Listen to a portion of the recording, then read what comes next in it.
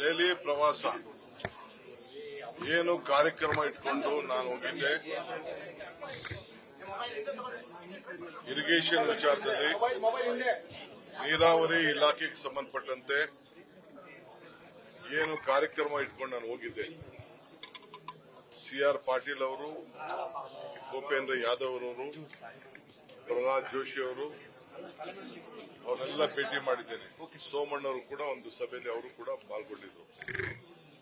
ಎತ್ತಿನಹೊಳೆ ಯೋಜನೆ ವಿಚಾರ ನಂಬರ್ 1, ಕಳಸಾ ಬಂಡೂರಿ ವಿಚಾರ ನಂಬರ್ 2, ಮೂರನೇದು ಕೃಷ್ಣಾ ವಾಟರ್ದು ಅವಾರ್ಡ್ ವಿಚಾರ. ಇವೆಲ್ಲ ಕೂಡ ಅವ್ರಿಗೆ ಮಂದಟ್ ಮಾಡಿದ್ದೇವೆ. ಕೃಷ್ಣಾ ಅವಾರ್ಡ್ ವಿಚಾರದಲ್ಲಿ 2ನೇ ಸಭೆ ಮುಂದೂಡಿತ್ತು. ಈಗ ವಾಪಸ್ಸು ನಾನು ಆ ಸಭೆನ ಕರೆದಿದ್ದೇನೆ. ಮಹಾರಾಷ್ಟ್ರ ಮತ್ತು ತೆಲಂಗಾಣ ಆಂಧ್ರ ಕರೆಸ್ತೀನಿ ಅಂತ ಹೇಳಿದ್ದಾರೆ.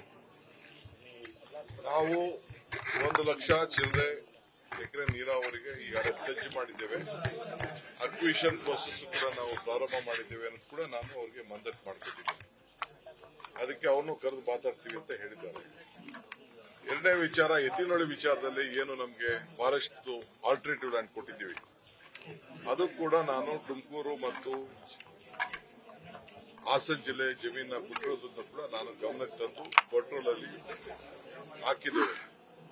ಅದು ಕೂಡಲೇ ಅನುಮತಿ ಕೊಡ್ತೀವಿ ಅಂತ ಹೇಳಿದ್ದಾರೆ. ಮಾದಾಯಿ ವಿಚಾರದಲ್ಲಿ ಅವರು ಗೋವಾ ಸಿಎಂ ಅವ್ರದ್ದು ಮತ್ತು ಪ್ರಹ್ಲಾದ್ ಜೋಶಿ ಅವರು ಒಂದು ಮಾತಾಡಲಿ ಅಂತ ಹೇಳಿದ್ರು. ನಾನು ಅದು ಪೊಲಿಟಿಕಲಿ ಅವ್ರ ಸ್ಟೇಟ್ ಹೆಚ್ಚು ಕಮ್ಮಿ ಆಗುವುದು, ನೀವೇ ನಿರ್ಧಾರ ಮಾಡಬೇಕು. ಆಮೇಲೆ ನಾನು ಲೀಗಲ್ ಟೀಮ್ ಕೂಡ ಅಲ್ಲಿ ಮಾತಾಡಿದ್ದೇನೆ. ಮೋಹನ್ ಕಾರ್ಕರ್ಕಿ ಮತ್ತು ನಮ್ಮೆಲ್ಲ ಲೀಗಲ್ ಟೀಮ್ ಮಾತಾಡಿದ್ದೇನೆ. ಆ ಕಾಲದಲ್ಲಿ ಅವರು ನಮ್ಮ ರಾಜ್ಯದಲ್ಲಿ ಮಾಡುವಂತ ಕೆಲಸಕ್ಕೆ ಅಬ್ಜೆಕ್ಷನ್ ರೈಸ್ ಮಾಡಿದ್ದಾರೆ. ನಮ್ಮ ರಾಜ್ಯದಲ್ಲಿ ನಾವು ಮಾಡುವಂತ ಕೆಲಸಕ್ಕಾಗಿ ಈಗಾಗಲೇ ಅದು ಅವಾರ್ಡ್ ಪಾಸ್ ಆಗಿರೋದ್ರಿಂದ, ತೀರ್ಪು ಬಂದಿರೋದ್ರಿಂದ ಅವರೇನು ನಮ್ಮಲ್ಲೇನೋ ಅವರು ಇಂಟರ್ಫಿಯರ್ ಆಗಲ್ಲ ಅನ್ನೋದು ಒಂದು ಒಪಿನಿಯನ್ ಇದೆ. ಅಫಿಷಿಯಲ್ ಒಪಿನಿಯನ್ ನಾನು ಕೇಳ್ತೇನೆ. ಕೇಳಾದ್ಮೇಲೆ ಕೊನೆಗೆ ನಂದೇ ಆದಂತ ತೀರ್ಮಾನವನ್ನ ನಮ್ಮ ರಾಜ್ಯದ ಹಿತಕ್ಕೆ ತೆಗೆದುಕೊಳ್ತೇವೆ. ಈ ಮಧ್ಯದಲ್ಲಿ ಪಾರ್ಲಿಮೆಂಟ್ ನಡೆಯುವ ಕೂಡ ನಾನು ಎಲ್ಲ MPs ಕೂಡ ಭೇಟಿ ಮಾಡ್ತೇನೆ. ಇದಲ್ಲದೆ 6 ಯೋಜನೆಗಳನ್ನ, ಹೊಸ ಯೋಜನೆಗಳನ್ನ ಅವ್ರ ಮುಂದೆ ಇಟ್ಟಿದ್ದೇನೆ. ಅದು ಮತ್ತು ಬರಬೇಕಾದಂತ ದುಡ್ಡು ಏನು ಕೊಡಬೇಕಾಗಿತ್ತು ಅವರು 5,300 ಕೋಟಿ, ಆ ವಿಚಾರ ಕೂಡ ಪ್ರಸ್ತಾವನೆ ಮತ್ತೆ ಮಾಡಿದ್ದೇನೆ. ಇದನ್ನ ಮುಗಿಸ್ಕೊಂಡು ಬಂದಿದ್ದೇವೆ. ಇದಲ್ಲದೆ ನಮಗೆ ಕೆಲವು ಅನೇಕ ಯೋಜನೆಗಳಿಗೆ ಮತ್ತು ಮುಖ್ಯಮಂತ್ರಿಗಳು, ನಾನು ಮತ್ತು ನಮ್ಮ ಇಂಡಸ್ಟ್ರೀಸ್ ಮಿನಿಸ್ಟರ್ ನಾವೆಲ್ಲ ಸೇರಿ ಡಿಫೆನ್ಸ್ ಕಾರಿಡಾರ್ ಬಗ್ಗೆ ಕೂಡ ಪ್ರಸ್ತಾವನೆ ಮಾಡಿದ್ದೇವೆ. ನಮಗೆ ಬೇಕಾದಂತ ಕೆಲವು ಜಮೀನನ್ನು ಕೂಡ ಇಲ್ಲಿ ಒದಗಿಸ್ಕೊಡ್ಬೇಕು ಅಂತ. ನಮ್ಮ ಬೆಂಗಳೂರು ಸಿಟಿಲಿ ಈ ಟ್ರಾಫಿಕ್ ಕಂಜೆಷನ್ಗಿನ್ನ ಮೆಟ್ರೋಗೆ, ಟನಲ್ಗೆ ಎಲ್ಲ ಕೂಡ ಕೆಲವು ಜಮೀನು ಬೇಕು, ಅದು ಕೂಡ ಕೇಳಿದ್ದೇವೆ. ಅದಕ್ಕೂ ಕೂಡ ನಾವೀಗಾಗಲೇ ಪೆಟ್ರೋಲ್ ಅಲ್ಲಿ ಪೋಸ್ಟ್ ಮಾಡಿದ್ದೇವೆ. ಅದು ಕೂಡ ಅವರ ಗಮನಕ್ಕೆ ಸೆಳೆದಿದ್ದೇವೆ. ಅದನ್ನು ಕೂಡ ಗಮನಿಸ್ತೀವಿ ಅಂತ ಹೇಳಿದ್ದಾರೆ. ಸೊ ಅದೆಲ್ಲ ಕೂಡ ಆಯ್ತು. ಪಕ್ಷದ ಹೈಕಮಾಂಡ್ ನಾಯಕರು ನಾವು ಯಾರು ಭೇಟಿ ಮಾಡಿಲ್ಲ. ಬರೀ ಸುರ್ಜೇವಾಲ ಅವರು, ನಮ್ಮ ಇನ್ಚಾರ್ಜ್ ಜನರಲ್ ಸೆಕ್ರೆಟರಿ ಅಂತ, ಅವರು ನಮ್ಮ ಕಾರ್ಯಕರ್ತರಿಗೆ ನಾವು ಇನ್ನ ಸ್ಥಾನಮಾನಗಳನ್ನ ಏನು ಒಪ್ಕೊಂಡಿದೆ ಅದನ್ನೆಲ್ಲ ಕೊಡಬೇಕು ಅನ್ನೋ ವಿಚಾರ ಕೂಡ ದೀರ್ಘವಾಗಿ ಚರ್ಚೆ ಮಾಡಿದ್ದಾರೆ. ಇನ್ನ ಮಂತ್ರಿಗಳ ಹತ್ರ ಅವ್ರ ಮಾತಾಡಬೇಕು.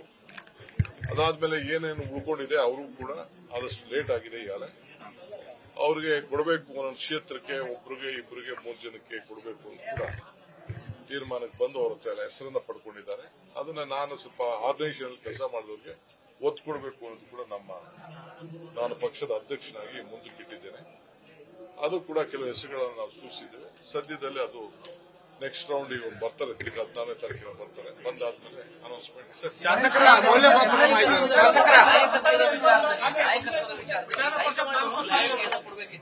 ಮುಖ್ಯಮಂತ್ರಿಗಳೇ ನಾನೇ ಮುಂದುವರಿತೀನಿ ಅಂತ ಹೇಳಿದ್ದು ಈ ಸಂದರ್ಭದಲ್ಲಿ ಎಷ್ಟು ಸರಿ?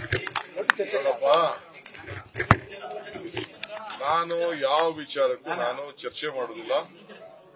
ನೀವು ನನಗೆ ಏನೇ ತಿರುವಾಗಿ ಹೇಳಿದ್ರು ಕೂಡ, ಯಾವುದೇ ಕ್ವಶನ್ ಹಾಕಿದ್ರು ಕೂಡ ನಿಮ್ಗೆ ನಾನು ಬಲಿಯಾಗುದಿಲ್ಲ.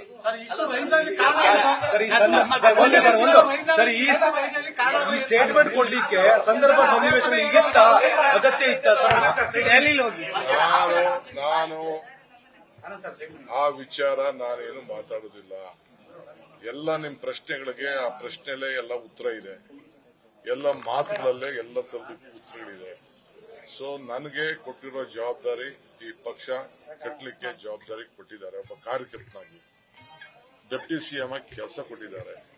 ಅದನ್ನ ಏನ್ ಕೊಟ್ಟಿದ್ದಾರೆ ಅದನ್ನ ಮುಂದುವರಿಸಿಕೊಂಡು ಕೆಲಸ ಮಾಡ್ಕೊಂಡು ಹೋಗ್ತಾ ಇರ್ತೀನಿ. ಅದು ಬಿಟ್ರೆ ಈಗಾಗಲೇ ಮಲ್ಲಿಕಾರ್ಜುನ್ ಖರ್ಗೆ ಸಾಹೇಬರು ನಮ್ಮೆಲ್ಲರೂ ಕೂಡ ಒಂದು ದೀಕ್ಷೆ ಕೊಟ್ಟಿದ್ದಾರೆ. ಆ ದೀಕ್ಷೆಯನ್ನು ಸಂತೋಷದಿಂದ ಸ್ವೀಕಾರ ಮಾಡಿದ್ವಿ. ಅದು ಬಿಟ್ರೆ ನಾನು ಯಾವುದಕ್ಕೂ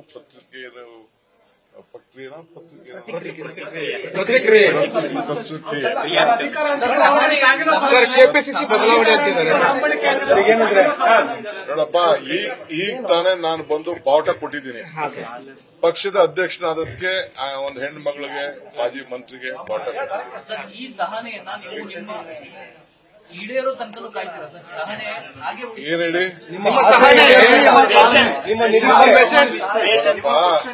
ಪಾರ್ಟಿ ಇದ್ರೆ ನಾನು, ಪಾರ್ಟಿ ಇದ್ದಲ್ಲ ಅಂದ್ರೆ ನಾನಿಲ್ಲ.